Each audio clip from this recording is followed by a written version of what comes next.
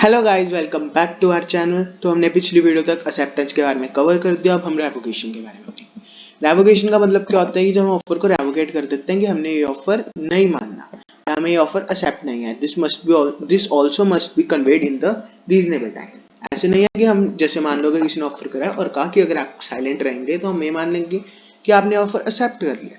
तो इस केस में हमें बताना पड़ेगा कि हमने ये ऑफर रेवोकेट करा है, कि हमने नहीं माना। तो proposal may be revocated at any time before the communication of acceptance is complete।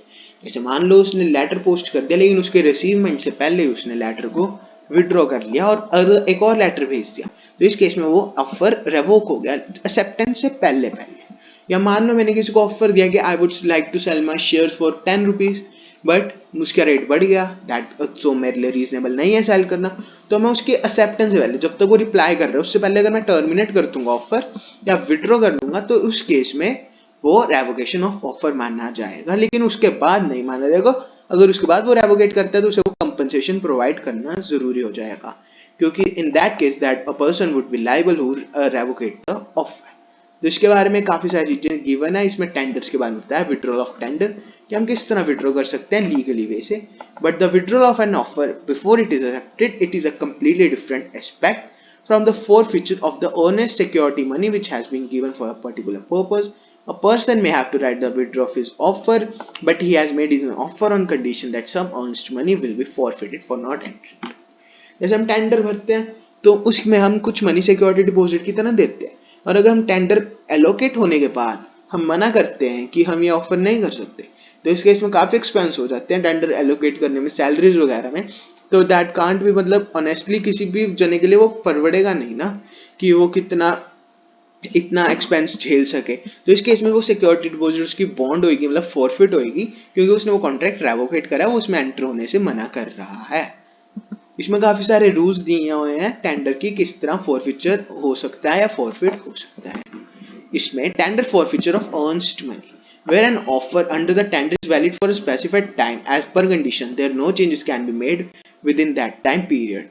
Withdrawal of tender before the expiry of that results in forfeiture of earned money। ये सारे मैं समझा चुका हूँ आपको, अब आप ये रीड कर सकते हैं। मैं इसलिए स्लो वो कर रहा हूँ स्क्रॉल।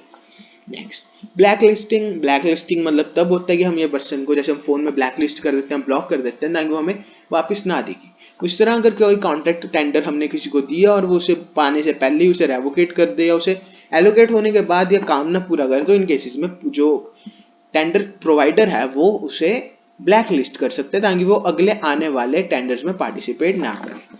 अब रेवोकेशन हम किस तरह कर सकते हैं? रेवोकेशन कॉन्ट्रैक्ट्स बाय पोस्ट कर सकते हैं। वैसे ही काफी सारे मीन्स होते हैं, जिस तरह एक्सेप्टेंस के थे उस तरह हम उन्हें बता सकते हैं कि हमने ऐसे ऐसे रेवोकेट करा है। A proposal is revoked by the communication of notice of revocation by proposer to other party। हम नोटिस देके कर सकते हैं, या टाइम खत्म हो जाए by lapse of time described in such a proposal। तो जैसे हमने किसी को कहा कि सर्टेन टाइम में आपको ये चीज करनी होगी या नहीं करनी होगी, और वो टाइम होने के बाद हमें एक्सेप्टेंस बता रहा है, तो वो दैट एग्रीमेंट इज वॉइड और revoked by the failure of a sector to fulfil a condition president to acceptance. For example, अगर किसी को ऑफर हुआ और उसे कहा है कि आपको नियरली इतनी मनी प्री डिपॉजिट देनी पड़ेगी और वो इतनी पैसे नहीं दे पा रहा, तो वो जो कंडीशन प्रेसिडेंट टू एक्सेप्टेंस है वो उसे नहीं फुलफिल कर पा रहा, तो इस केस में भी प्रपोजल रेवोकेट हो सकता है। बाय द डेथ, अगर कोई जिसको ऑफर दिया गया उसकी डेथ हो जाए, तो या उस ऑफरी की डेथ हो जाए, तो इन केस एग्रीमेंट इज रेवोक्ड। ये सारे पॉइंट्स आप यहाँ से पढ़ लीजिए, काफी इंपॉर्टेंट पॉइंट्स है। प्रपोजल इज रेवोक्ड, कि कब कब प्रपोजल रेवोकेट हो सकता है। प्रपोजर जब नोटिस दे दे, lapse of time, failure of acceptor to fulfil, death और इंसैनिटी ऑफ प्रपोजल, जो ऑफर कर रहा है उसकी डेथ हो जाए, तो ऑब्वियसली बात है वो किस तरह फुलफिल करेगा, किस तरह ऑफर देगा। Next, by notice of revocation, ये सारा एक नीचे एक्सप्लेन किया। बाय लैप्स ऑफ टाइम, ये मैं पढ़ा चुका, आप यहाँ से रीड कर सकते हैं। नेक्स्ट है bye failure of fulfil of condition president, bye death और इंसैनिटी ऑफ ऑफरर, कि अगर ऑफरर की डेथ हो जाए। और रेवोकेशन ऑफ एक्सेप्टेंस, कि यहाँ पे तो ऑफरर था कि जिसने मतलब ऑफर करा था वो रेवोकेट कर रहे हैं, लेकिन अगर इसने एक्सेप्टेंस दे दी और उसके बाद उसकी रेवोकेशन करनी है, तो क्या क्या होगा? The proposer becomes bond when the letter of acceptance is posted by him। but the acceptor bonds when the letter of acceptance reaches the proposer. ये चीज मैं पहले ही एक्सप्लेन कर चुका हूँ कि किस तरह एक्सेप्टेंस होगी। अगर कोई प्रपोजर है उसको अगर लेटर ऑफ एक्सेप्टेंस उसको पोस्ट कर दिया, उसकी तरफ पोस्ट कर दिया, तो वो एक्सेप्टेंस मानी जाएगी।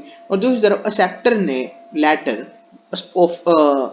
ऑफरी को मिल जाए, ऑफरर को मिल जाए, तो इस केस में भी वो एक्सेप्टेंस होगी। मान लो मैंने ऑफर करा और दूसरे जने ने मुझे वो लेटर भेज दिया, वो अभी तक मेरे पास पहुंचा नहीं है, लेकिन वो एक्सेप्टेंस मानी जाएगी।